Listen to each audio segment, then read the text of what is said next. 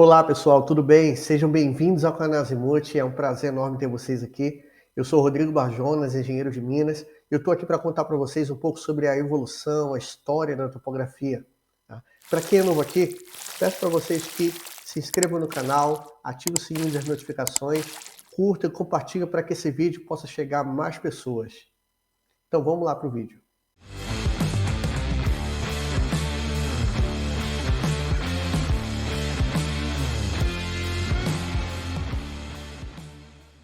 O homem, ao se erguer, iniciando a busca por alimento e moradia, começou a requerer sentidos de localização. O ambiente que o cercava era vasto e sua capacidade de guardar informações era restrita. Com isso, havia necessidade de uma tendência inata de rabiscar e rascunhar o pensamento. Após o aprimoramento de símbolos, o homem começou a se posicionar. Ele podia então encontrar água ou abrigos com mais facilidade, pois tinha noção de posições relativas do local em que habitava. Com a evolução natural, principalmente com o sedentarismo, ocorreu o início da organização social e política, culminando com a criação do Estado. O fato marcante dessa época, cerca de 4000 a.C., foi denominado Revolução Agrícola. Mais uma vez vinha à tona a necessidade do reconhecimento dos acidentes do relevo e principalmente dos limites entre as propriedades agrícolas. Surgiram dessa forma os primeiros procedimentos para a demarcação dessas áreas. A maioria dos primeiros estados de que se tem notícia formou-se na região conhecida como Oriente Próximo, correspondente às civilizações que surgiram e se desenvolveram por meio da agricultura, praticada nas terras cultiváveis às margens dos grandes rios, como o Nilo, o Tigre, o Eufrates e o Indo. Registra-se que as representações gráficas mais antigas que a comunidade conhece foram as confeccionadas pelos mesopotâmios, em aproximadamente 3500 a.C., na histórica região entre rios Tigre e Eufrates, onde hoje se encontra o Iraque. A prática desses métodos de medição e representação foi repassada aos gregos, que a denominaram de topografia, onde topo significa lugar ou ambiente, e grafia um desenho ou representação gráfica, ou seja, trata-se da descrição de um lugar. Na Idade Antiga, de 4000 a.C. a 476 d.C., essas civilizações controlavam a água dos rios, construindo açudes e canais de irrigação. Naquela época, havia não apenas preocupação com o posicionamento e registro do ambiente, mas também com a implantação de um projeto, ou seja, a locação de uma obra já planejada. Devido ao grande porte desses projetos, o controle das águas era empreendido pelo Estado, que passou a ser o grande proprietário de terra, além de dirigir todos os aspectos da sociedade. Com o Estado responsável pelas gerências de bens e produtos, seus representantes normatizaram a convivência entre as classes sociais. Surgiram então as primeiras leis do direito agrário e com elas os termos de desapropriação, hereditariedade sobre os bens, etc. Visto que o Estado era dominado por parte das camadas superiores, para garantir essa dominação, os reis, imperadores e príncipes organizavam exércitos. Surgiram então as primeiras batalhas por expansão territorial e apropriação de riquezas, e com elas a necessidade de confecção de mapas para estudar estratégias de batalha e referenciar as conquistas obtidas, o que levou a grandes avanços na cartografia. Por volta do século VII a.C., floresceram importantes escolas de pensamento, principalmente na Grécia, com os primeiros pensadores gregos, frequentemente denominados físicos, em razão da procura de explicações físicas para a Terra e o Universo. Surgiram as primeiras especulações sobre o formato da Terra. Porém, não se sabe em que época surgiram as primeiras ideias sobre a esfericidade terrestre. Sabe-se, contudo, que há 2 milênios e meio, Pitágoras se recusava a aceitar a concepção simplista de uma Terra plana. Sócrates tinha as mesmas ideias, mas era incapaz de comprová-las. Dessa forma, o homem passou não só a se preocupar em entender o que conseguia enxergar, ou seja, praticar topografia, mas também com a forma e o tamanho do planeta. Surgiu então o termo geodésia, a ciência destinada a buscar respostas para a forma e a dimensão da Terra como um todo. Em 350 a.C., Aristóteles argumentou e demonstrou a teoria da esfericidade, antes admitida por meio de considerações puramente filosóficas, passando a ser considerado o fundador da ciência geográfica. Estes foram seus argumentos. o contorno circular da sombra projetada pela Terra nos eclipses da Lua, a variação do aspecto do céu estrelado com altitude, a diferença de horário nas observações de um mesmo eclipse para observadores situados em meridianos afastados. A grande proeza, no entanto, estava reservada ao exímio astrônomo e matemático Erastótenes, que viveu aproximadamente entre os anos 276 e 196 a.C. Ele determinou o raio da Terra com grande precisão para sua época. A experiência de Erastótenes baseava-se nos seguintes fatos. Ele constatou que no dia de solstício de verão, o Sol iluminava o fundo de um poço em Siena. Constatou também que, ao mesmo tempo, em Alexandria, o Sol projetava uma sombra de 7 graus e 12 minutos, aproximadamente 1/50 de um círculo. Com base em tais afirmações, fez ainda algumas considerações. No dia de solstício de verão, o Sol do meio-dia se colocava diretamente sobre a guia da zona trópica de verão, que é o Trópico de Câncer, concluindo que Siena estava inclinada nessa guia. A distância linear entre Alexandria e Siena era de aproximadamente 50 milhas. E Siena e Alexandria pertenciam ao mesmo meridiano. Logo, a circunferência da Terra seria igual a 50 vezes 500, ou seja, 25.000 milhas.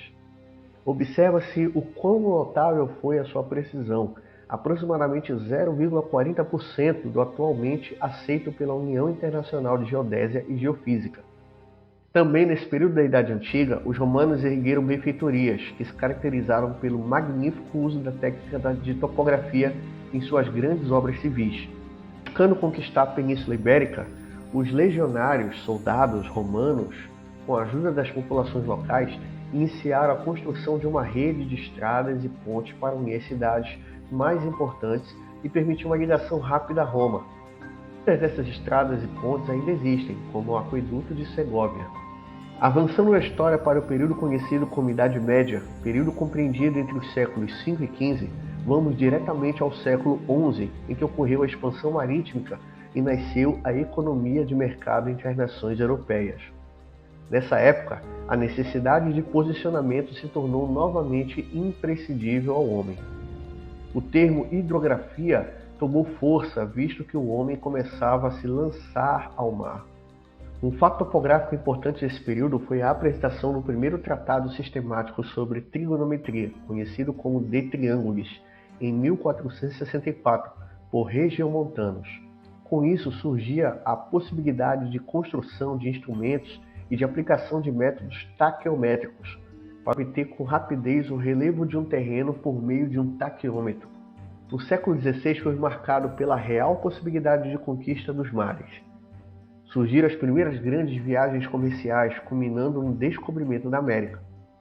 O posicionamento correto tornava-se sinônimo de sobrevivência e dependia das posições relativas dos astros em relação à rota, traçada por meio de instrumentos como o astrolábio.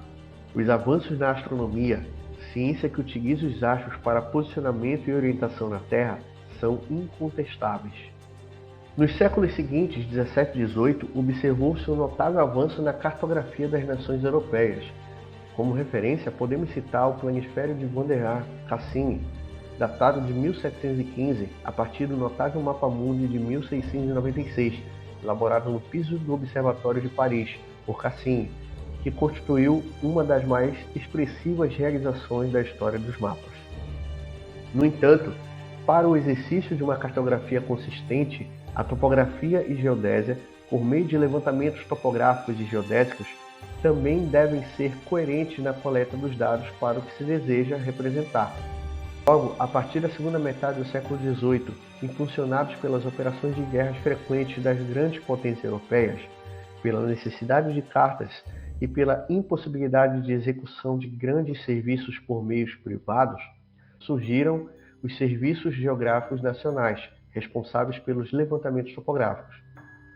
Foi difundido o processo de levantamento por triangulação como método principal para grandes levantamentos. Outro fato importante dessa época foi a transformação da luneta astronômica em luneta estadimétrica, cujos fios estadimétricos em 1777 foram introduzidos pelo inglês William Green.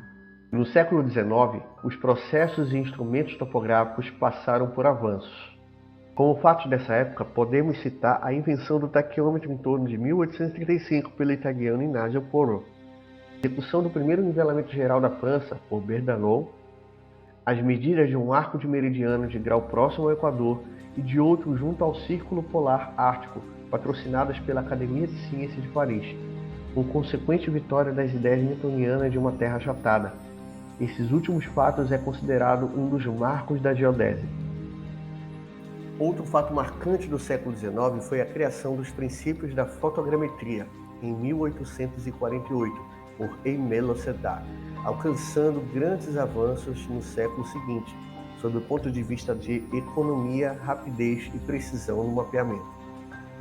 No século XX, a modernização dos instrumentos topográficos e geodésicos deu-se, fundamentalmente, pelo aparecimento e evolução da informática e da eletrônica. O eletrônico substituiu o mecânico. Isso ocorreu a partir da Segunda Guerra Mundial, quando a topografia e a geodésia experimentaram um alto grau de precisão e eficiência. A primeira grande inovação ocorreu com o aparecimento do primeiro medidor eletrônico de distâncias, em 1943, um grande sucesso. A segunda grande inovação ocorreu com o aparecimento dos teodolitos eletrônicos, na década de 1970.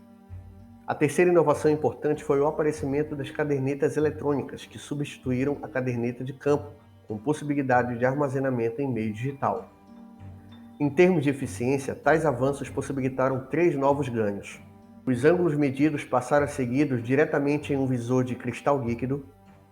Os medidores eletrônicos de distâncias passaram a ser conectados diretamente ao teodolito, onde o processador central do teodolito passou a controlar também o distanciômetro, culminando nas estações totais. Com a introdução da caderneta eletrônica, o tempo de medição diminuiu sensivelmente. Nos últimos anos, alguns novos avanços determinaram definitivamente a existência de uma nova geração de equipamentos de medições topográficas e geodésicas, como estação total, nível digital e nível laser, scanner laser, trenas laser, sistemas de medição por satélite, a exemplo dos receptores de sistemas Navistar GPS, juntamente com armazenamento de dados em coletores digitais. Também citam-se as possibilidades de embarcar sistemas de posicionamento associados à eletrônica e à mecânica, de forma a auxiliar atividades da mineração, agricultura, execução de obras, logística, levantamentos e etc. Foi isso aí, espero que vocês tenham gostado. Deixe embaixo nos comentários o que vocês acharam do vídeo e nos vemos até a próxima. Valeu!